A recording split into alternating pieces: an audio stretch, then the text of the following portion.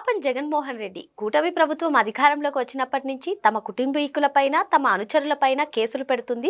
ఇవన్నీ అక్రమం అక్రమం అంటూ ఆయన పదే పదే చెప్తున్నారు. కానీ న్యాయస్థానాలు మాత్రం వీటిపైన విచారణ జరిపించాలి అంటూ ఆదేశాలు ఇస్తుంది. అందుకే నేను పాపం అని చెప్పి జగన్మోహన్ రెడ్డిని అన్నాను. మరి మొత్తానికి తాజాగా హైకోర్టు పరకామణి కేసులో ఇచ్చినటువంటి ఆదేశాలను ఏ విధంగా చూడాలి తెలుసుకునే ప్రయత్నం చేద్దాం. దీన్ని విశ్లేషించడానికి మనతో పాటుగా ఉన్నారు సీనియర్ జర్నలిస్ట్ సత్యమూర్తి గారు. నమస్తే సార్. నమస్కారం అండి. జగన్మోహన్ రెడ్డి ఎప్పుడు చూసినా అక్రమంగా మా వాళ్ళపైన కేసులు పెడుతున్నారు అని చెప్పి ఆయన చెప్తూనే ఉంటాడు. మరి ఇప్పుడు చూసుకున్నట్లయితే తాజాగా హైకోర్టు పరకామణి కేసులో కీలకమైనటువంటి ఆదేశాలు ఇచ్చింది సార్. మరి ఈ ఆదేశాలను ఏ విధంగా చూడాలంటారు? జగన్మోహన్ రెడ్డి పరిస్థితి ఏంటంటారు? జగన్మోహన్ రెడ్డి పరిస్థితి ఏముంటుంది, మళ్ళీ వస్తాడు. ఇప్పుడు ఇదంతా మర్చిపోయిన దాకా ఉంటాడు, తర్వాత మళ్ళీ వచ్చి ప్రెస్ కాన్ఫరెన్స్ పెడతాడు. హైకోర్టు ఆర్డర్ ని ప్రజలు మర్చిపోయిన దాకా వెయిట్ చేస్తాడు. ఇది మర్చిపోగానే మళ్ళీ వస్తాడు, మా వాళ్ళ మీద అక్రమ కేసు పెట్టారని చెప్తాడు. ఇది రొటీన్ అయిపోయింది. జగన్మోహన్ రెడ్డి దీన్ని ఎంత పలచన చేయాలని చూసినా కానీ ఈ కేసులన్నీ చాలా తీవ్రమైన కేసులు. అందుకని న్యాయస్థానాలు న్యాయాన్ని పరిరక్షించటానికి కట్టుబడి పనిచేస్తున్నాయంటానికి ఈ పరకామణి కేసు తాజా ఉదాహరణ. ఇప్పటి వరకు ఏంటి అంటే, నేను జరిగిన క్రోనాలజీ చెప్తాను. నేను క్రోనాలజికల్ ఈవెంట్స్ చెప్తాను. పరకామణిలో చోరీ జరిగింది. ఆ చోరీని లోక్ అదాలత్లో రాజీ చేశారు. ఇట్లా లోక్ అదాలత్లో చోరీ కేసుని రాజీ చేయవచ్చా అని ఒక జర్నలిస్టు హైకోర్టుని ప్రశ్నించాడు. ఇట్లా లోక్ అదాలత్లో రాజీ చేసుకున్నారు, మరి అట్లా చేసుకునే అవకాశం ఉందా, ఆస్కారం ఉందా అని అడిగినప్పుడు హైకోర్టు ఏం చెప్పింది అంటే, లోక్ అదాలత్లో ఇట్లా రాజీ చేసుకున్నారా, దీని మీద సమగ్ర విచారణ జరిపి మాకు ఒక నివేదిక ఇవ్వండి అని చెప్పి ఆంధ్రప్రదేశ్ పోలీసుల్ని ఆదేశించింది. ఆదేశించిన తర్వాత ఎవరైతే ఈ పరకామణి చోరీ కేసులో వల్ల ఏడుస్తూ ఒక వీడియోని రిలీజ్ చేశాడో ఆ రవికుమారు ధర్మాసనానికి ఛాలెంజ్ చేశాడు. సింగిల్ జడ్జి ఇచ్చిన ఉత్తర్వులని ఆపేయాలి అని చెప్పి ధర్మాసనానికి వెళ్ళాడు. ద్విసభ్య ధర్మాసనం ఏం చెప్పింది అంటే, సింగిల్ జడ్జి ఇచ్చిన ఆదేశాల్లో తప్పే ఉంది అని అడిగింది. కేసు కంటిన్యూ చేయాల్సిందే అని చెప్పింది. అంటే ఏంటి, కేసుని ఆదిలోనే అడ్డుకోవటానికి ప్రయత్నం జరిగింది. రవికుమార్ ఒక్కడే చేశాడు అనేంత అమాయకుడిని నేనైతే కాదు. రవికుమార్ వెనక ఉన్న వాళ్ళందరూ కూడా ప్రోద్బలం చేసో లేకపోతే ఏదో ఒక విధంగా ఈ నిర్ణయాన్ని సవాల్ చేయించి ఉంటారు. చాలామంది ఏమనుకుంటున్నారంటే, పరకామణిలో కేసు పెట్టేశారు, అయినా చాలా ఇప్పటివరకు విచారణ చేశారు కానీ ఇప్పటివరకు ఎవరిని అరెస్ట్ చేయలేదు కదా అనుకుంటూ ఉన్నారు. కోర్టు ఏం చెప్పింది అంటే, ఈ కేసులో ప్రైమా ఫేసి ఉందా లేదా, అంటే ప్రాథమిక సాక్ష్యాలు ఆధారాలు ఉన్నాయా లేవా దర్యాప్తు చేసి నాకు చెప్పండి అని చెప్పింది. అందుకని ఇప్పటి వరకు ఎవరిని అరెస్టు చేయలేదు. పిలిచి మాట్లాడారు, అనుమానితుల్ని పిలిచి మాట్లాడారు. మాట్లాడిన తర్వాత సీల్డ్ కవర్లో కోర్టుకి ఇచ్చారు.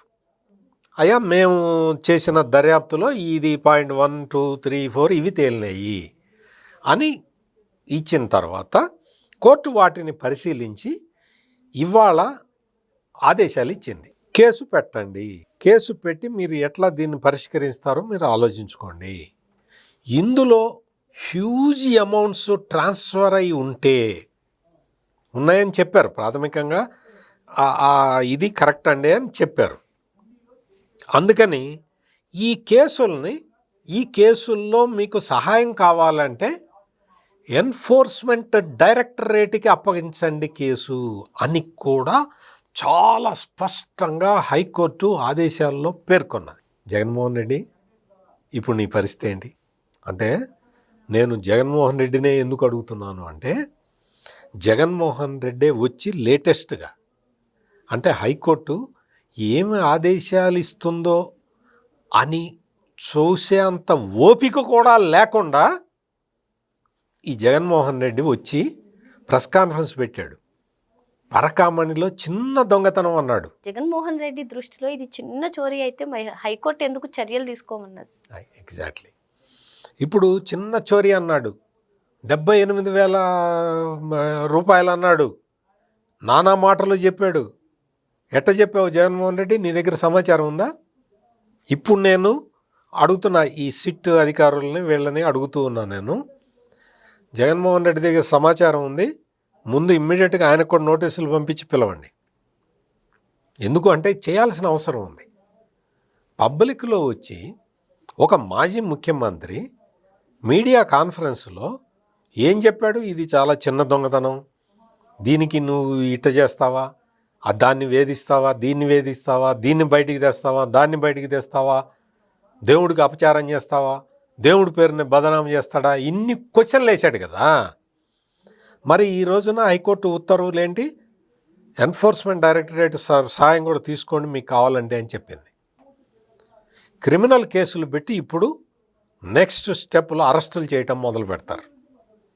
అంటే జగన్మోహన్ రెడ్డి ఎంత తప్పుడు సమాచారాన్ని ప్రజల్లోకి పంపించడానికి ప్రయత్నం చేశాడో మీరు ఆలోచించుకోవాలనే నేను ఇంత వివరంగా చెప్తూ ఉన్నా. అంటే తప్పుడు సంకేతాలను పంపించటం, తప్పుడు సమాచారాన్ని పంపించటం, కేసుల్ని వక్రీకరించి చెప్పటం, కోర్టు ఆదేశాలను కూడా నువ్వు తృణీకరించి మాట్లాడటం, ఇటువంటి పనులు చేయటానిక నీకు ప్రజలు ఎమ్మెల్యేగా నీకు అధికారం కట్టబెట్టింది. ఆ మాత్రం నువ్వు కోర్టులో ఇచ్చారు కదా, సీల్డ్ కవర్ ఇచ్చారు, కోర్టు ఏం ఆదేశాలు ఇస్తుందో చూద్దాం, వాటిని పాటిద్దాము అన్న నీకు దాన్ని ఏమంటారంటే కనీసం అయినా ఆ బాధ్యత కూడా లేదా నీకు? ఈ రోజున న్యాయస్థానాన్ని నాలాంటి వెంకటేశ్వర స్వామి భక్తులందరూ అప్రిషియేట్ చేస్తూ ఉన్నారు, అభినందిస్తూ ఉన్నారు. న్యాయస్థానం ఇంత ఖచ్చితంగా వ్యవహరించటం వల్లే, న్యాయస్థానం ఇంత ఖచ్చితంగా వ్యవహరించటం అనేది కూడా వెంకటేశ్వర స్వామి మహత్యంలాగా నాలాంటి వెంకటేశ్వర స్వామి భక్తులు చెప్పటంలో ఎటువంటి అతిశయోక్తి ఉండదు. ఎందుకంటే మీకు పరకామణిలో జరిగిన చోరీని చిన్న చోరీ అన్నావు, 78,000 రూపాయలు కొట్టేస్తే దాని మీద పెద్ద కేసా, ఇంత చెప్తావా అంత చెప్తావా అన్నావు. మరి 14,48,00,000 రూపాయల ఆస్తులు ఎట్లా రాయించావు వెంకటేశ్వర స్వామి పేరు మీద? ఆ రాయించటం కూడా ప్రాసెస్ ప్రకారం చేశావా? ఇవన్నీ చేయకుండా నాకు ఈ రోజున ఏం డౌట్ వస్తున్నది అంటే, ఈ పరకామణి కేసులో కూడా జగన్మోహన్ రెడ్డి జోక్యం ఉన్నది అనేది నాకు అనిపిస్తున్నది. అందుకని పోలీసులు ఈ డైరెక్షన్లో కూడా ఎంక్వైరీ చేయాలి. ఎందుకు అంటే జగన్మోహన్ రెడ్డికి అన్ని వివరాలు తెలుసు.